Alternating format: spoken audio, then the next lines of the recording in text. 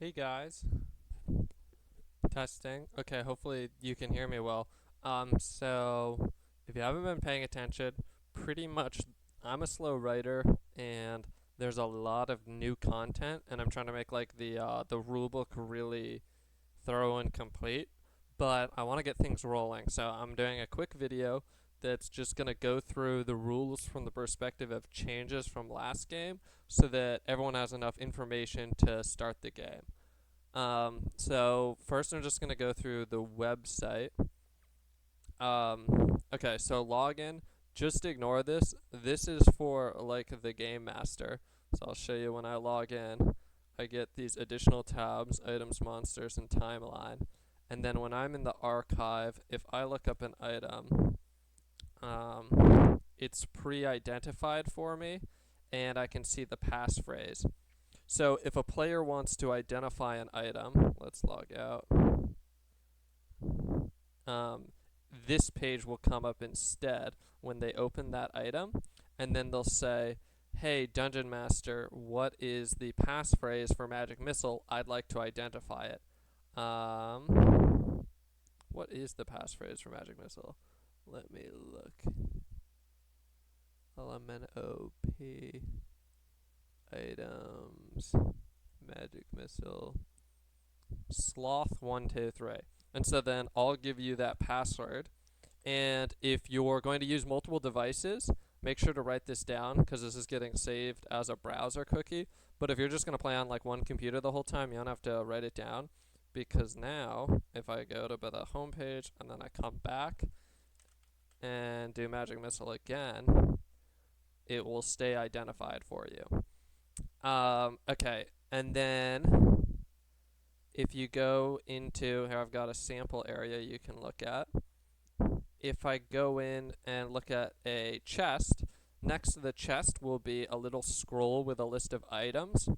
Of note, if an item is multiple lines, like it's got extra words, the second line will be mini indented like this, so you can tell that this would be one item. And so you might read Magic Missile, or let's say you read Wish. It's another sample item. Then I can go and look up Wish, and then I can see, okay, it's a 75 gold heroic tier item that is an ultimate, and it's a consumable holy spell treasure item. And then I could choose to identify that if I wanted. Also of note, let's go back to Magic Missile.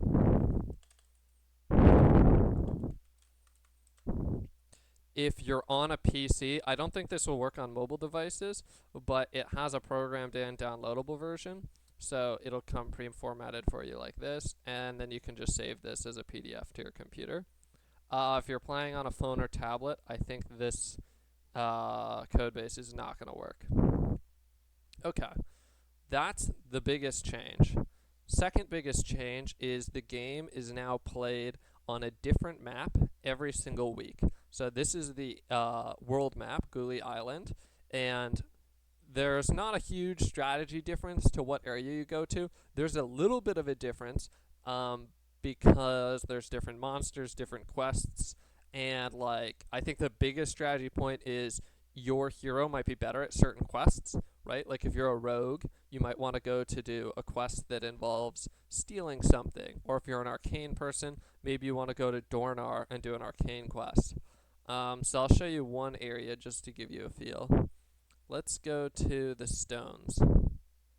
Okay, so you can read about the location. This is pure flavor. It has no game value.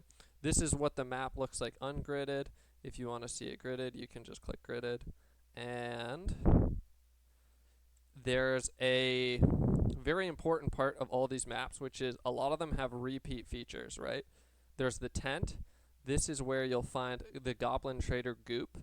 He is the trader unit, and so after starting week 2, he'll have items that you can trade item for item. The system's the exact same as last game. This is the silent auction table. Same deal, exact same as last game, except for now, similarly to the trader, the items are pulled from the last week's tier group. So this was to make the silent auction less game like deterministic. This is the torture bench. Same deal. You go see Queen of Pain, who's now called Serena there, and she'll perform a ritual on you in exchange for gold. And this is Snowbeard's Anvil. Slightly different how that works now. The formulas are the same, but he will now only upgrade equipment. So to see the equipment tiers, I'll show you that if we go to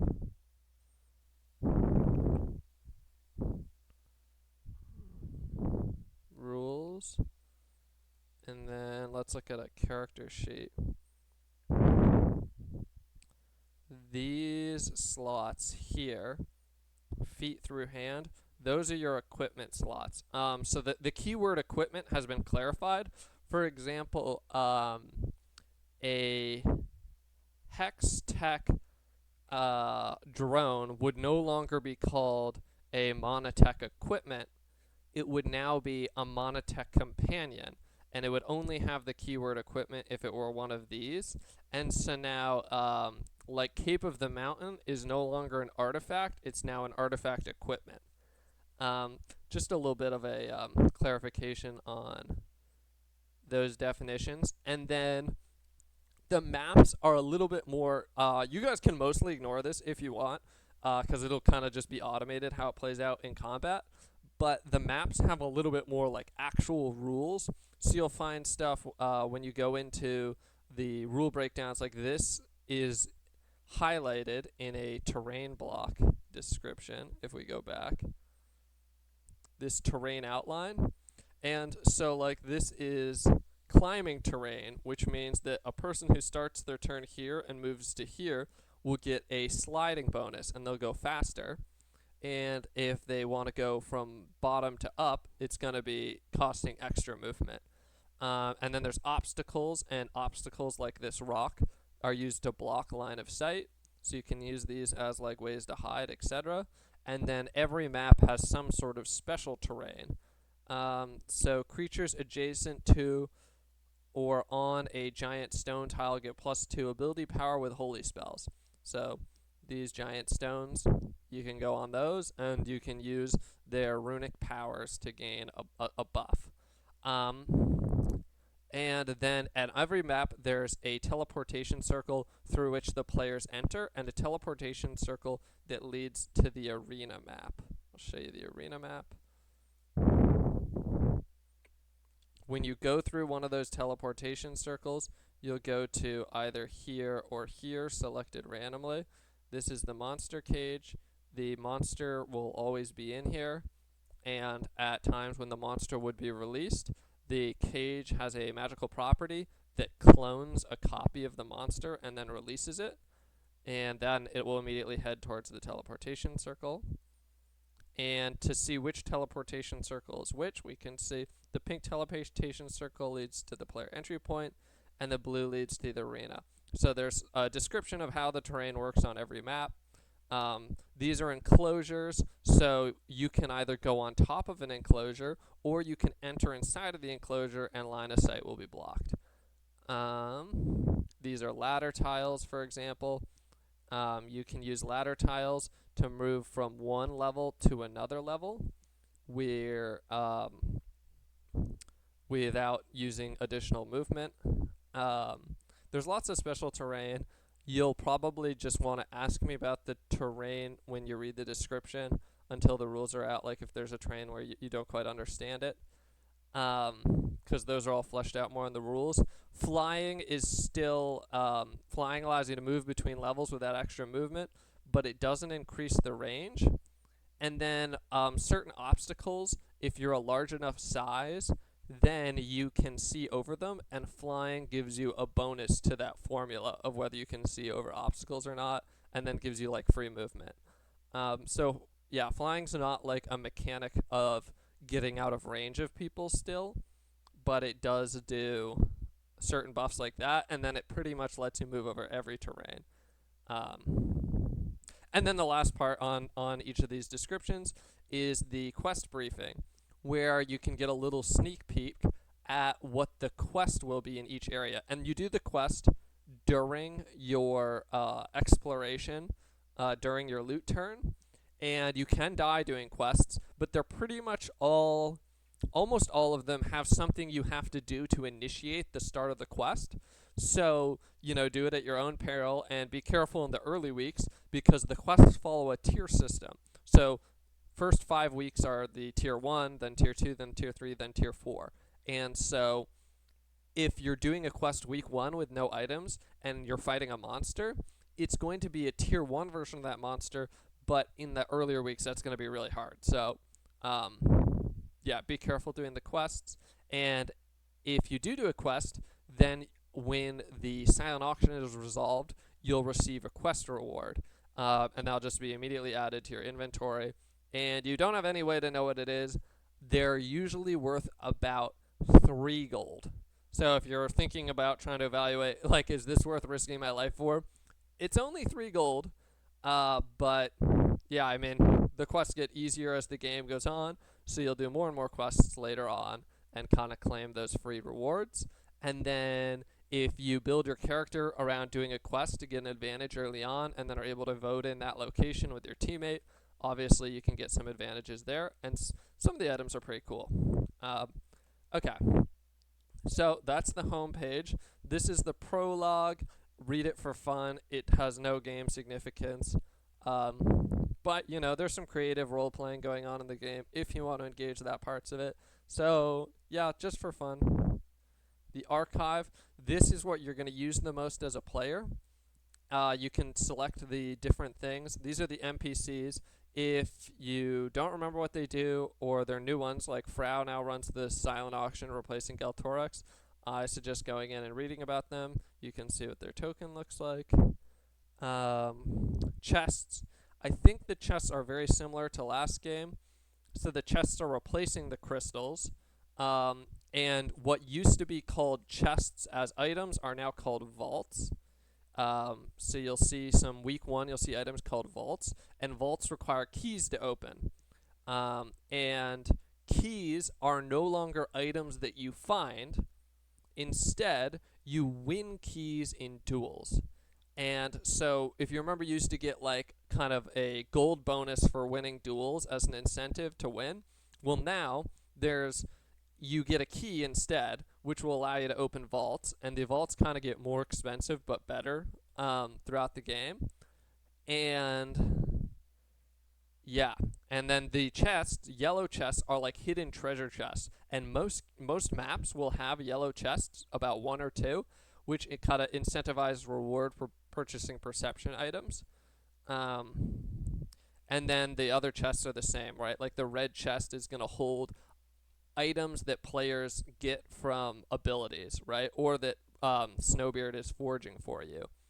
Green chest is going to be holding, this is going to have all your ultimate abilities, and then the blue chests are just the normal chests. So I'll show you back on our sample area. It might look like this, where, okay, you can see there's some hidden yellow chests, and then red chest, green chest, and then a bunch of blue chests, and there's these items. And, okay, so guards are totally removed from the game, but there are NPCs in each area that aren't the normal NPCs, and you'll see this symbol over this NPC notifies the players that this guy has some sort of quest significance. Usually talking to him gives you the opportunity to initiate the quest. This is Levi. He works for Marmelo. He provides a similar role of, he's an NPC that answers players' general questions, and you can usually find him by the portal leading to the arena. So he's like the game management type thing, and now Marmelo's actually an end game boss that the winning player will attempt to fight. What else is in the archive? Okay, the item archive. Every item's like, obviously not all the items are like uploaded, but once, in theory, like as the items get uploaded, all general item types and tiers, slots, and gold costs are all now public information for everyone. So if you see an item on someone's description, you can go in and be like, oh, this is a mundane ultimate, right? And actually the identification, this is something that players have to like choose to share with each other or not share with each other, right? Um, and so yeah, this is like kind of a public database of all items that have been uploaded, added to the game and uploaded into the website. So you'll be using this a ton. And then areas, if you want to just search up an area faster because you don't know where it is on the big map, you can do that here. And boom. Okay, we're done with the archive. The lore core, this is also just for fun. This is kind of a random generator of lore snippets about the game. And I'll slowly add these as we play. So yeah, if you want to have some fun, you can go click through those. Okay, this is a big change. Okay, so in addition to the keys as an incentive to win duels, there's also curses. And you get a curse. I'll go find a curse. I think it was like Frostbitten Soul. Okay, so as soon as a curse becomes chosen as the curse for the week, it's identified for all players. And so this curse is the loser's curse for the first week, which means whichever team loses the battle, both players will gain this item instantly. And it says you are cursed with an undying bitter cold. You get -3 cold resistance, -1 speed, and the ability Cold Heart. So you can remove this curse by dealing fire damage to yourself. And the curses will generally get worse throughout the game. And so, yeah, there's more incentive to try and win duels. But it tends to be that now that we're playing a team mode, people will want to win duels anyways. But yeah, it's a big difference. So going back to the wheel, there's now different game modes. I'll go through them pretty quickly, but there's now 5 game modes, and at the start of each week, we'll spin the wheel to determine what game mode we're doing. Clash mode. Okay, we'll go through them. Crown. This is a 1v1 or 2v2 because it's teams. And the winner gains the crown quest item, or if another player has the crown quest item, they steal it from that player. And in team mode, there's 2 crowns, meaning if you win, you get both crowns and you steal both crowns. And only one player, like, yeah, you can like distribute them amongst your teammates however you want. So if your teammate is dead, you still get both. And I'll show you the winner's crown item. This is also a publicly identified item. What is our password for the winner's crown?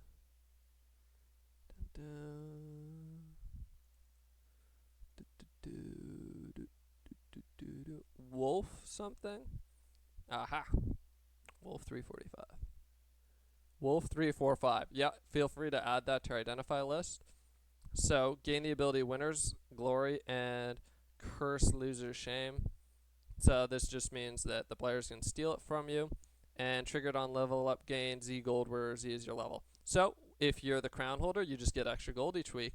Very nice. Kind of a nice little fun incentive to win. Clash.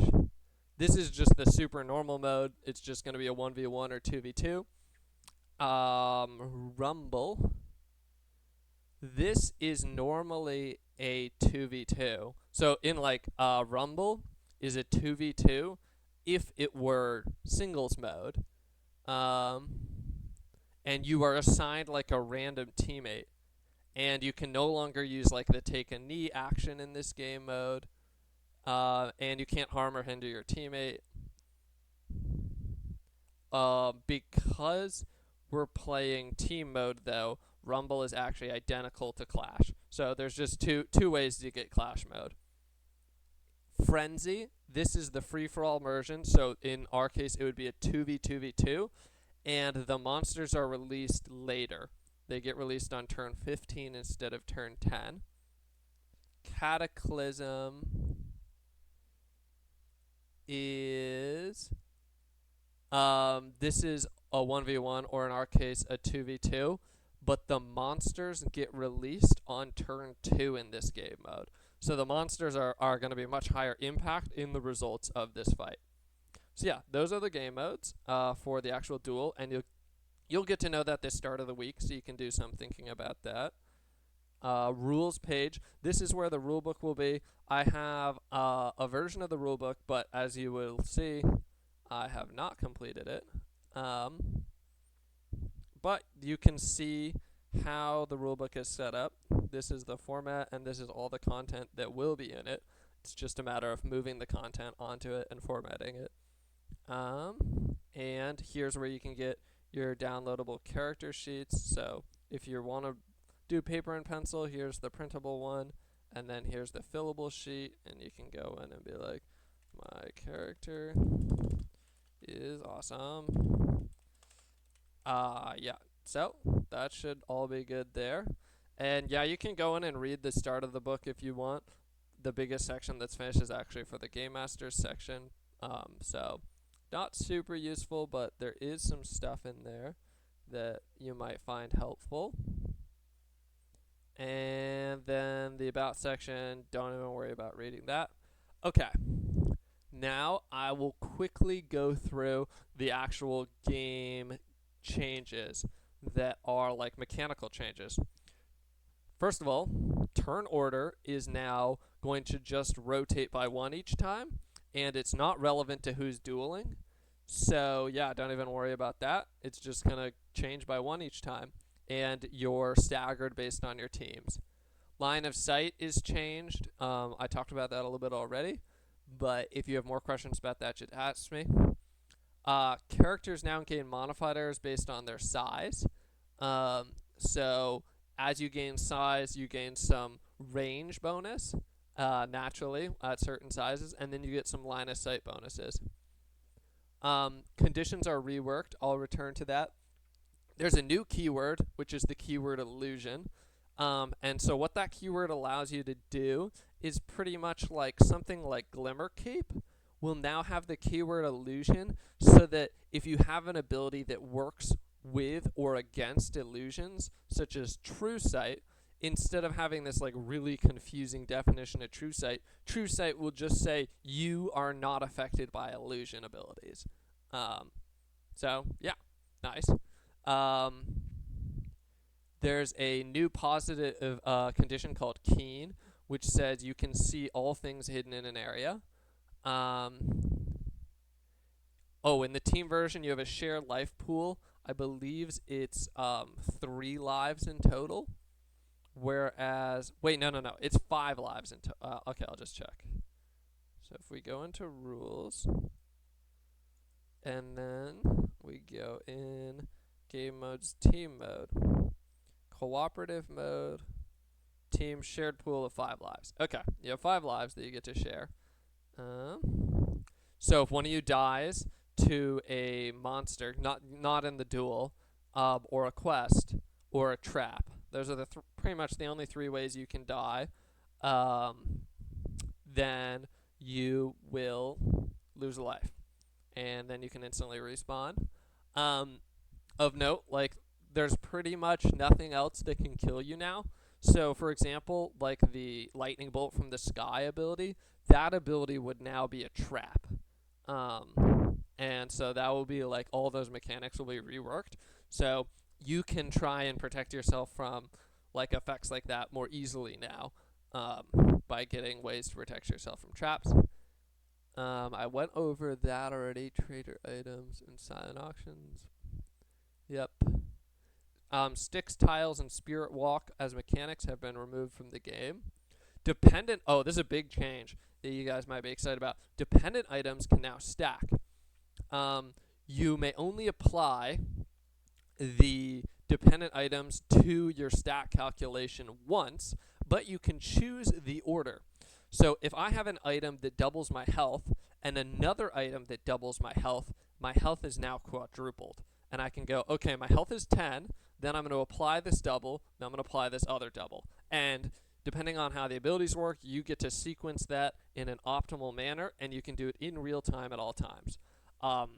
Races are now unequipable. Slot changes. NPCs chosen has been replaced with favor, and superpower has been replaced by innate. Um, the cage, the monster cage. Monsters are invulnerable inside the cage, and the cage, blah blah blah. Oh, if I didn't say this, this is really important. Everyone fights the monster on their turn. The cage creates a copy of the monster at the start of everyone's loot turn, and you can't buy items or loot until the monster is killed, and you can no longer pass your turn, and you have to defeat the monster. And if you die to the monster, it'll return to the cage still. But yeah, you can't just like, not buy any items to become stronger at all anymore because everyone has to fight the monster all the time. So there's going to be a little bit more pressure to actually become powerful quickly. Clarifying. Oh, there's a big clarification on overlapping vocabulary. So let me just see.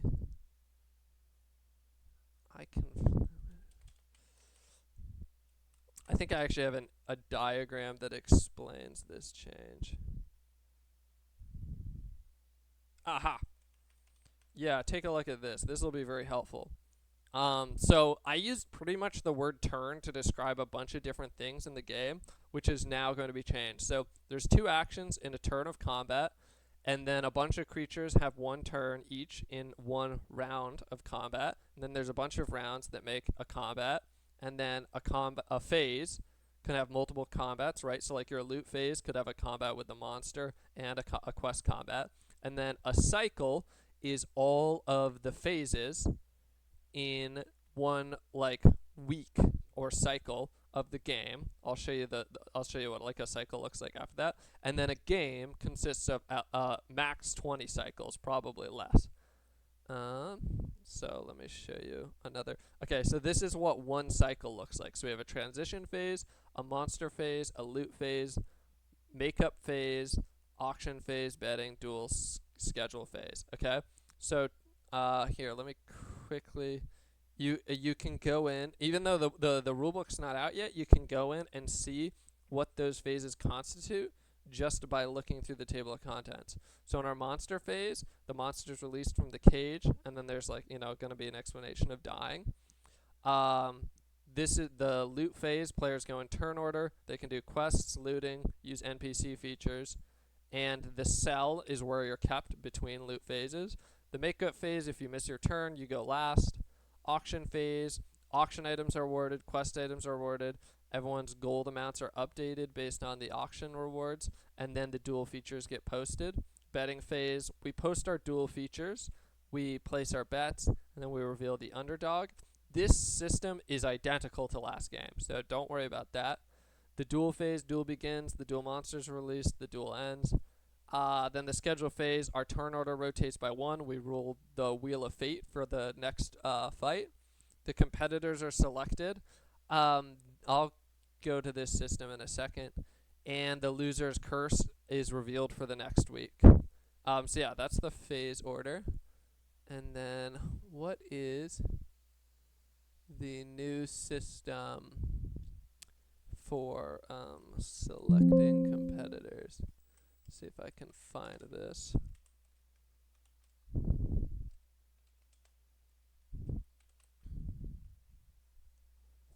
There is a new system to make it fair. I think I talked about this with people before. I'm trying to remember what it is.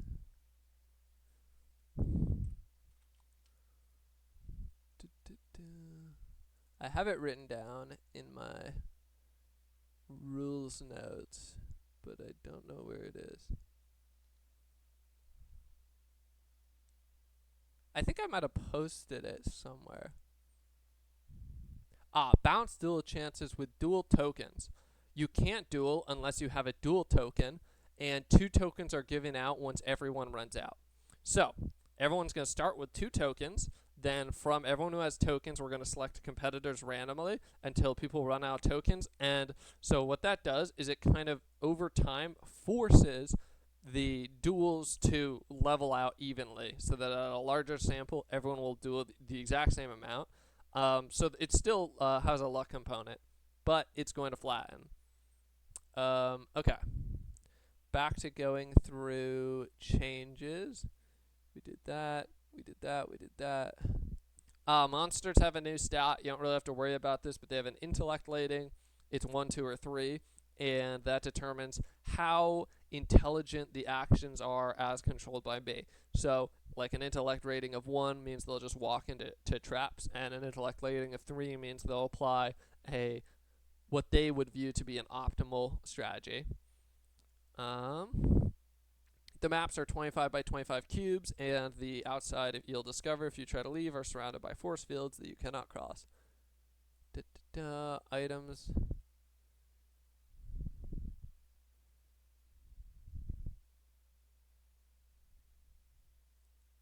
Quests outside of your loot turn are now totally removed from the game, so there's only quests during your turn.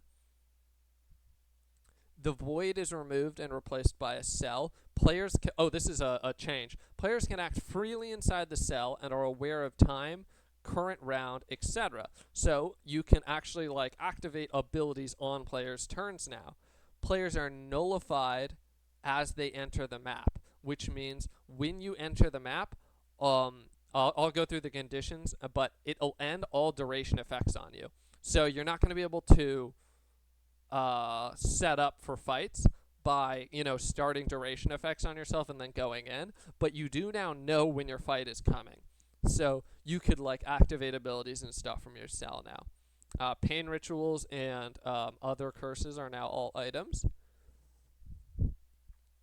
I'll go through conditions really quickly. These are the new conditions. Hover, you gain a fly speed, move all terrain without abilities and traps. So if you have a fly speed and you start flying, you gain the hover condition. Phasing, move through all terrains without penalty and all enemy tiles without phasing. So phasing's like it's kind of like being slightly faster. It's not very useful. It's mostly just like a cool flavor ability. Untouchable means you cannot be targeted by enemy abilities. That includes basic attacks. Bound by blank means that move actions you take must move you closer to to the creature you are bound by, or keep you equidistant. So that's going to be something that might be applied as like a sub ability to things. So it's kind of like being goaded towards something. Silenced, you cannot use activated abilities unless they are basic abilities. Nullified means that all your duration effects end continuously. So, and removing that condition does not resume those duration effects. So being nullified means like all your effects are getting ended instantly. So if I cast a shield on myself, I will never gain the benefits of that shield unless it had like an instant ability, like it healed me as I put up the shield. I would get the health but not the shield. Restrained, you can't take move actions. Slowed, you can only take 1 action per turn. Stunned, you can take 0 actions per turn. Quelled, you cannot use triggered abilities. So that's a really strong one. Watch out for abilities that quell you. Hidden, you are untouchable, so you can't be targeted until you activate an ability within line of sight of an enemy, and your token is removed from the map, and your movements are tracked secretly between you and the game master.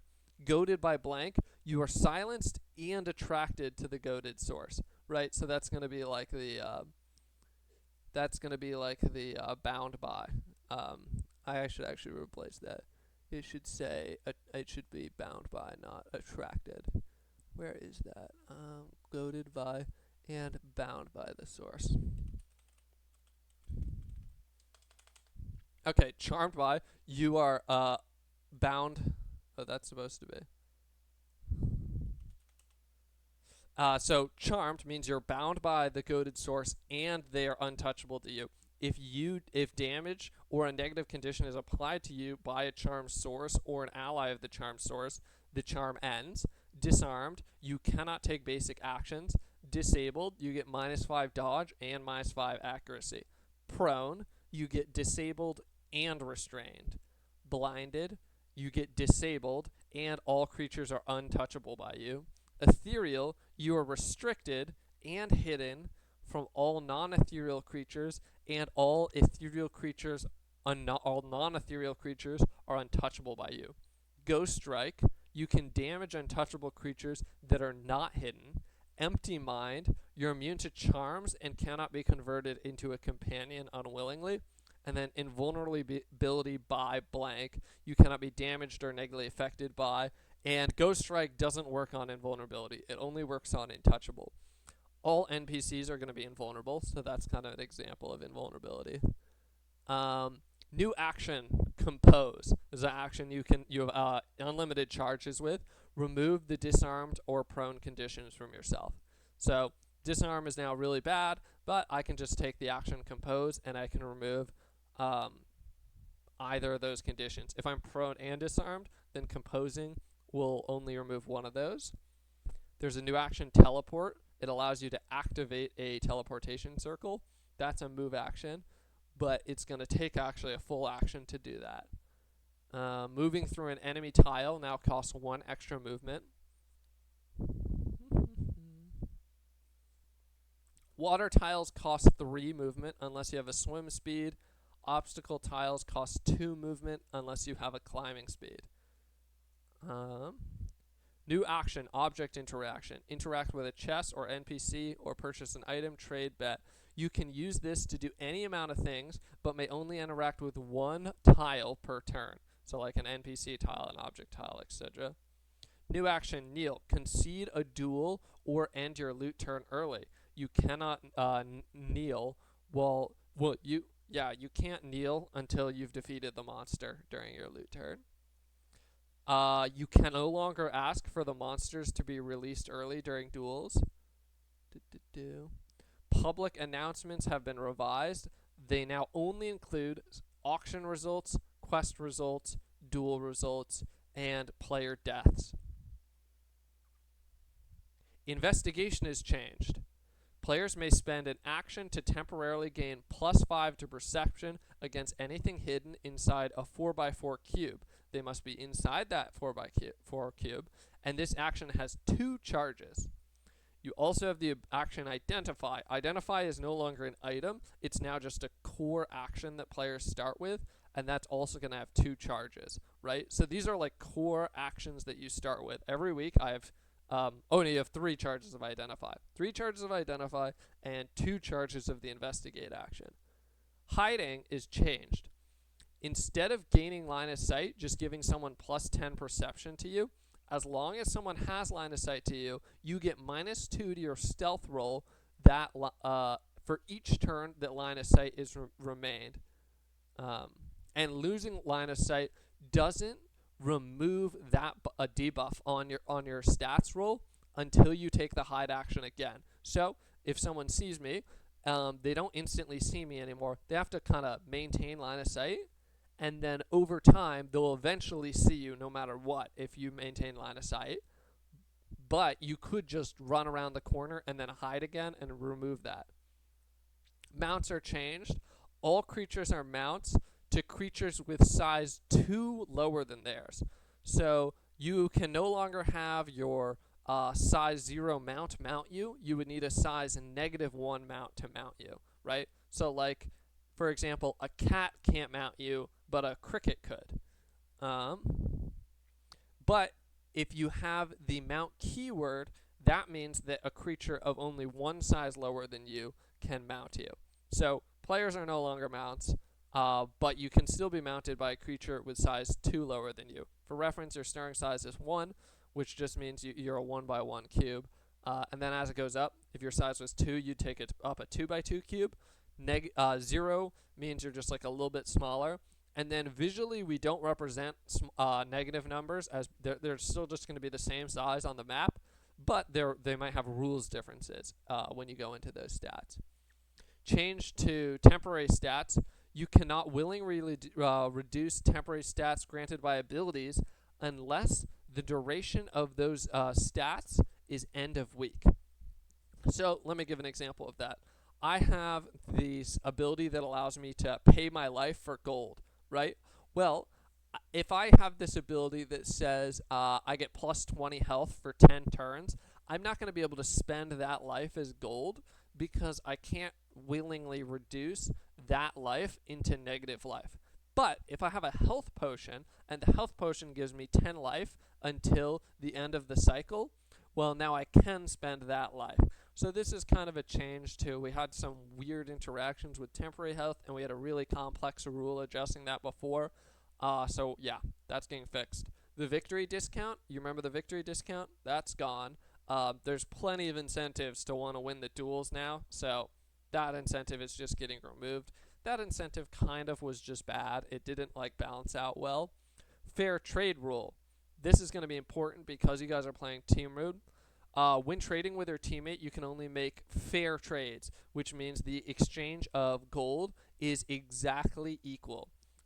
Exactly. So, like, if I trade you a 20 gold item, you trade me a 13 gold item, the 13 gold item has to be traded with 7 gold. So, if we go in, we have an item, we have Magic Missile. The value of Magic Missile is going to be this value. And then if you have an upgraded item, like if I had Greater Magic Missile, it's going to be 50% more, so this value would be 6, and then I could trade it to my teammate for exactly 6 gold. So this is to prevent players from stacking one of their people as a strategy. Attempt to circumvent this rule using third parties is inherently protected against due to the trade limit rule already in place. So you can't really get around this because once an item is traded, it can't be traded again. Eternal, this is a new keyword. Keyword eternal means a curse cannot be removed or unequipped through any abilities other than its own. So yeah, this just kind of gives certain curses are really bad. You can never get rid of it. A little clarification on variables. Z is going to represent any variable in an ability that is not ability power. So a lot of the times Z is going to be based on one of your stats in like a dependent item. Y represents monotech crystals if you aren't used to that yet. And then X is pretty much always going to represent ability power. We've got a new type. We have 2 new types, deployables and vehicles. A vehicle is a tangible companion that has no actions and it's invulnerable. And a vehicle gives its owners abilities that they unlock as long as they are mounting that vehicle. Deployables are a tangible companion that have no actions and are invulnerable, but they have triggered abilities and auras that can't be mounted, and a lot of the times the owner of the deployable will get to unlock an ability by being adjacent to that deployable. And a deployable is going to be something that can be left on the map, similar to like a trap. And they can't be moved or pushed. And as an action with a deployable, you can deploy or undeploy, right? Deploying it, you place it on the map. Undeploying it, you add it back into your inventory. Let's see if I can find a deployable example.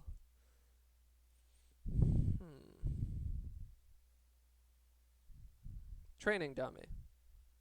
This is a deployable. I'm not going to identify it for you guys because someone might want to buy this item. But this is like an item. You can put it onto the map, and it's invulnerable, but it will have an effect while it's on the map. Okay.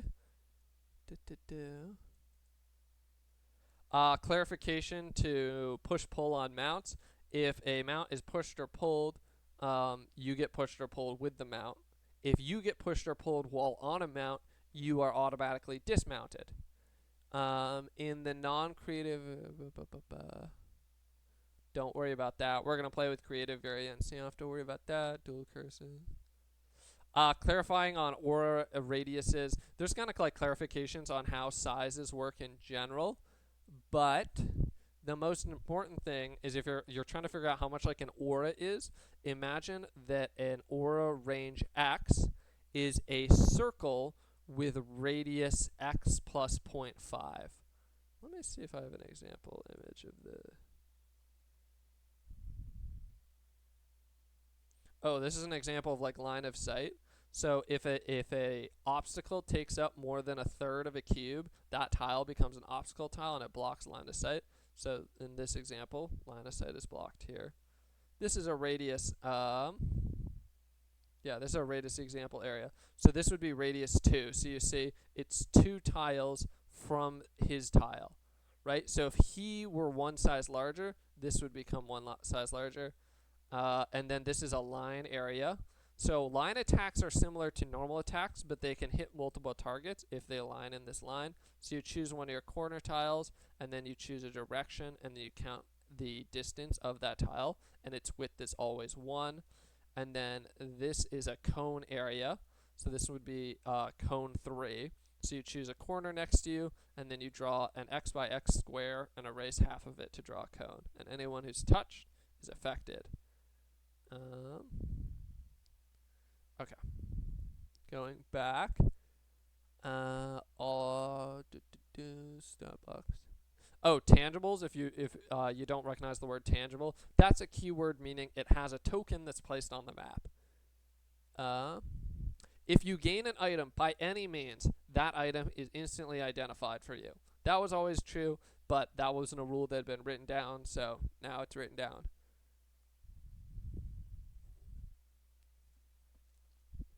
You'll see that items now have tiers. And you might say, Dylan, what are these item tiers? These were not stats on items before. Holy water. It's of tier mundane. Mostly you're going to see mundane items.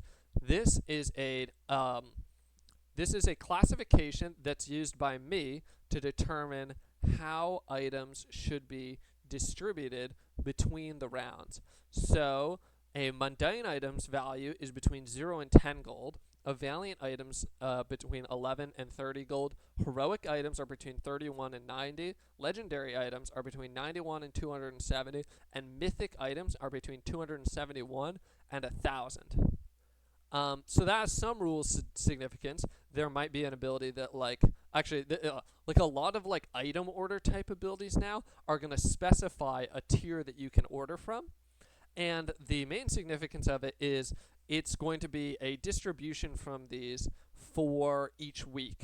So, like for example, on week 1, it's all mundane items. On week 2, it's 75% mundane and 25% valiant. And then we're going to bring in the silent auction, and that's going to be pulling from the last week's. So on week 2, the silent auction will be 100% mundane. And then those are just like, I'm going to be rolling dice for that stuff. So it's a little bit more like standardized, like treasure table type thing. So instead of like wish being a certain, let me just show you an example. Let's go into wish. What would wish be? Wish. Cat 458. Feel free to take a look at this item. This will be in the game, but I'm using this as an example item for a lot of stuff because it has a lot of unique components. Make a wish. Name a. Okay, I'm not gonna read this whole thing, but you can see if that item's tier is less than heroic. If you have the lesser version, remember purple means that's the lesser version, or legendary. So what's a heroic item? Well, that means that you can use this to item order a 90 gold item. So this is actually like a really good treasure ultimate if you actually know a 90 gold item that you want. Otherwise, if this is your full ultimate, you can get a legendary item. That's up to a gold cost of 270 gold. Wow.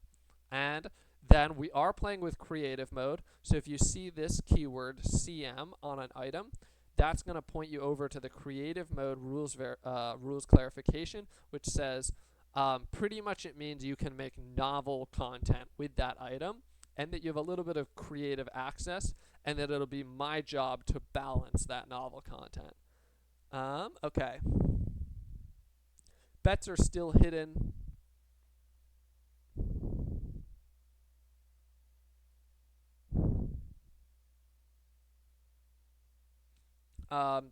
There's a clarification to this description block. The description is always a static ability plus the abilities granted by the item. More complex static abilities are going to get their own separate blocks, right? This is what I mean when I say a block, right? And then it'll be labeled as static. If an ability doesn't say static or triggered, it's always an activated ability, which means it has a base cost of 1 action to use. Static abilities don't require an action, and you always get that buff. And then sometimes in the description for really simple items that just gain 1 ability or 1 triggered ability, it'll just be in the description block. You're going to see more stuff like that in like consumable items or upgraders. Upgraders are usually going to have the full thing in the description block.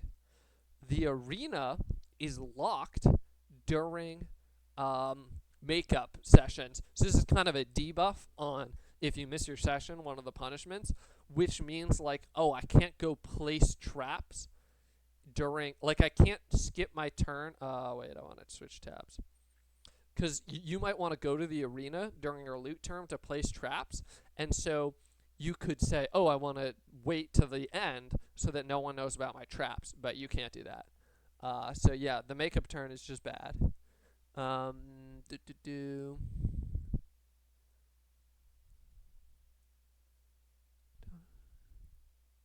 Oh, terrain must fill at least 20% of the tile to count as part of the tile. So, like, this, right?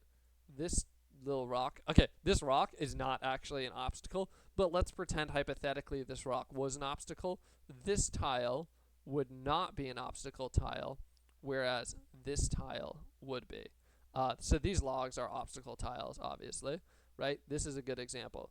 This tile, right, we can see this is obviously not filling 20%, so this is not going to be an obstacle tile. And yeah, this is like kind of like it'll at some point come up where we're gonna like go close and eyeball things.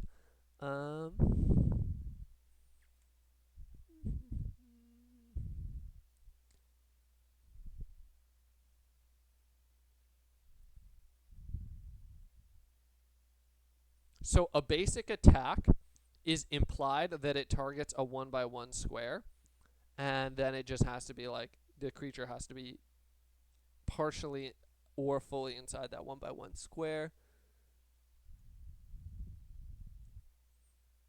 I'm almost done, so if you're getting tired, we're almost there. Oh, monsters no longer level up. Now, so you remember like monsters used to level up over time? Now monsters enter a rage state on turn 10 after combat begins. I wonder if that's in the rules yet. If that's already in the rules, I can just show you on there.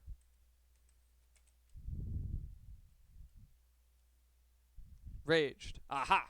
A state monsters can enter if combat lasts long enough. This answer. So if you were in a duel and it's a normal setting, you can expect monsters to enter raged around turn 10. When raged, a monster any total damage output is doubled after all modifiers. So this is not like their damage stat. It's like they deal double damage. Their speed is doubled. They gain True Strike and they gain Ghost Strike. So yeah, this is like if you're running from a monster, eventually it's gonna rage. And this also happens with the dual monsters and quest monsters. All bosses have Empty Mind and Legendary Shield.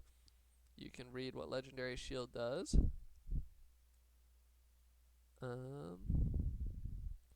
And then I think a lot of the bosses have abilities that trigger raged, right? Like a lot of them will have like once it reaches X life, it becomes raged. So yeah, watch out for raged. This is going to be an important part of fighting monsters. There's going to be a weapon chart for damage dice. If you remember, there was a lot of mechanics that I added where you can increase damage dice. That's going to be a big part of the game still. And there's just going to be a chart in the rulebook. It's not in there yet, where it shows you how to upgrade your damage dice. So if you see upgrade damage dice, that means you're going from like D6 to D8, D8 to D10, etc.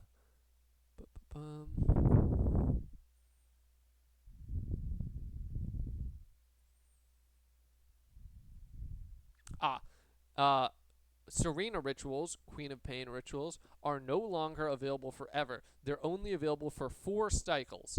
So the one that's available this week, I think it has Crimson in the name.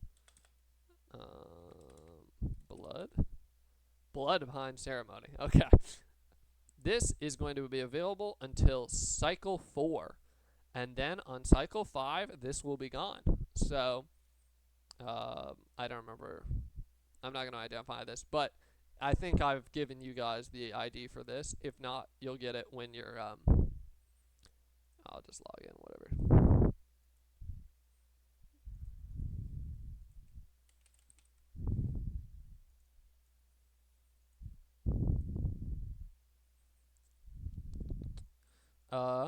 You get D6 pain needles, you get minus X HP. When you remove a needle, if it was the last needle, you get permanent HP buff. Okay, so yeah, you can't just sit on these and then do a bunch of them later on. If you want to do them, you have to capitalize on it in a timely fashion. Okay, you saw there's, in the previous versions, there's kind of these loosely defined terms for types. There's now 3 types that are affected by abilities. These are like creature types that you as a player can get. They are undead, fiend, and shape changer, right? There's like, other kind of flavor things that you might be, but these 3 things are going to have rule-specific effects. So if you are an undead creature, there's like smites and stuff that will, kill you. Same with being a fiend. And then a shape changer, there might be abilities that will return you to your normal form. New word, compulsory.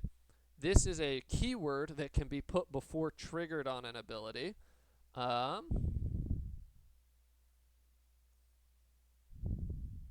Okay, this is kind of a bad example, but all curse item triggered abilities automatically are implied to have the keyword compulsory. So it would be right here. What item would have this? I can't think of an example off the top of my head. But some triggers are non-optional. If it doesn't have that keyword and it's not a curse, when you would activate a trigger, you can always choose to pass it and save those charges. Potions are now a subclass of consumables. And potion has no direct effect in its type, except for that there's some abilities that mention potions. Damage piercing is removed from the game entirely. That's no longer a mechanic. Anywhere that you would have seen damage piercing before, you'll now just see a damage buff.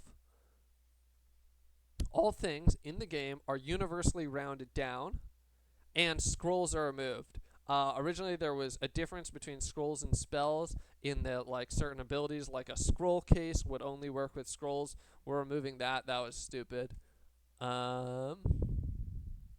Gold persists if you, obviously you guys know this, but reminder, gold persists. You can save your gold and keep it between rounds.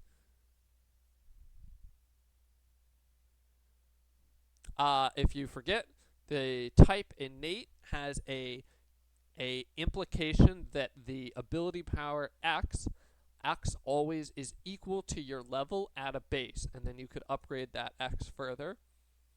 The term unarmed attack is removed from the game and replaced with natural attack.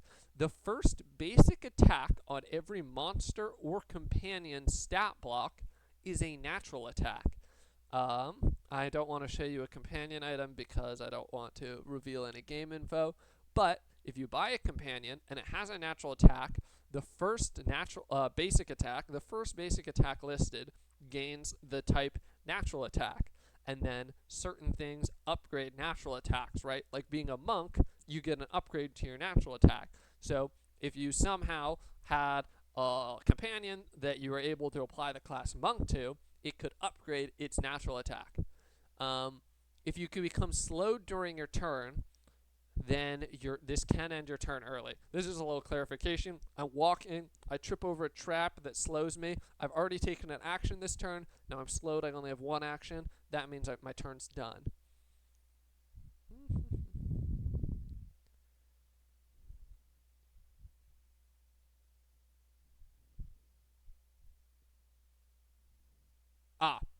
new mechanic called noticing something.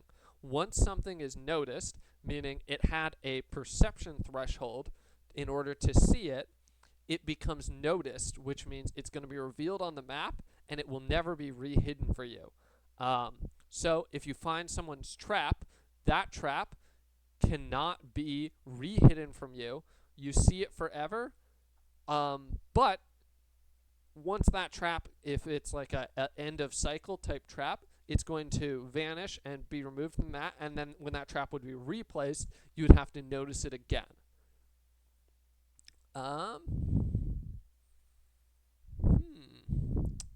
I think that we have just about done it. Let me scroll through this and see if there's anything else. Oh, initiative. Yeah, this is initiative is pretty much the same. Mounting and unmounting is an action. While you're mounted, you can use your mounts initiative. So, like, you know, you guys are going to be teams now. You could do cool stuff like if one of you gets bigger and faster, then the other person can ride the other teammate as a mount.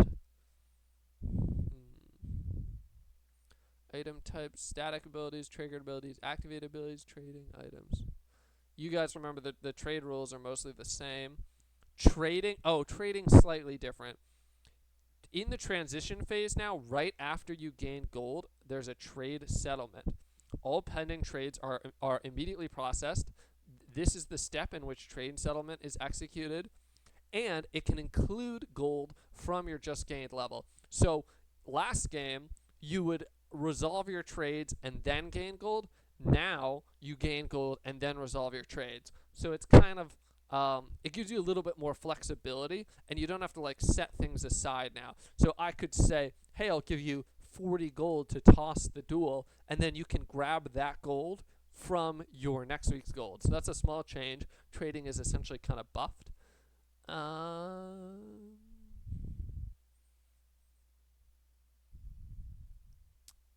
Egg level, monster level, and player level are 3 different stat points. That gets clarified.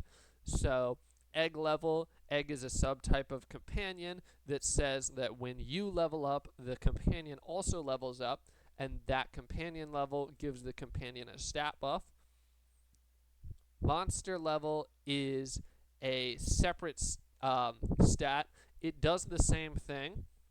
It gives the monster a buff, and it's the same buff. The only distinction between egg level and monster level is that the only distinction between them is that like they're not interchangeable. So if you level up, right, when you get like to this leveling up phase, that leveling up is not increasing those 2 levels if you gain those subtypes. And you might say, oh wait, I thought we removed monster leveling and replaced it with rage. Well, monsters now have levels if they're tier classified, like quest monsters are going to have monster levels, and then monsters might have abilities that like cause them to level up instantly. So it's a little shorthand that might come up. Taking turns, movement, attacking, mounting, conditions, crits, exploration.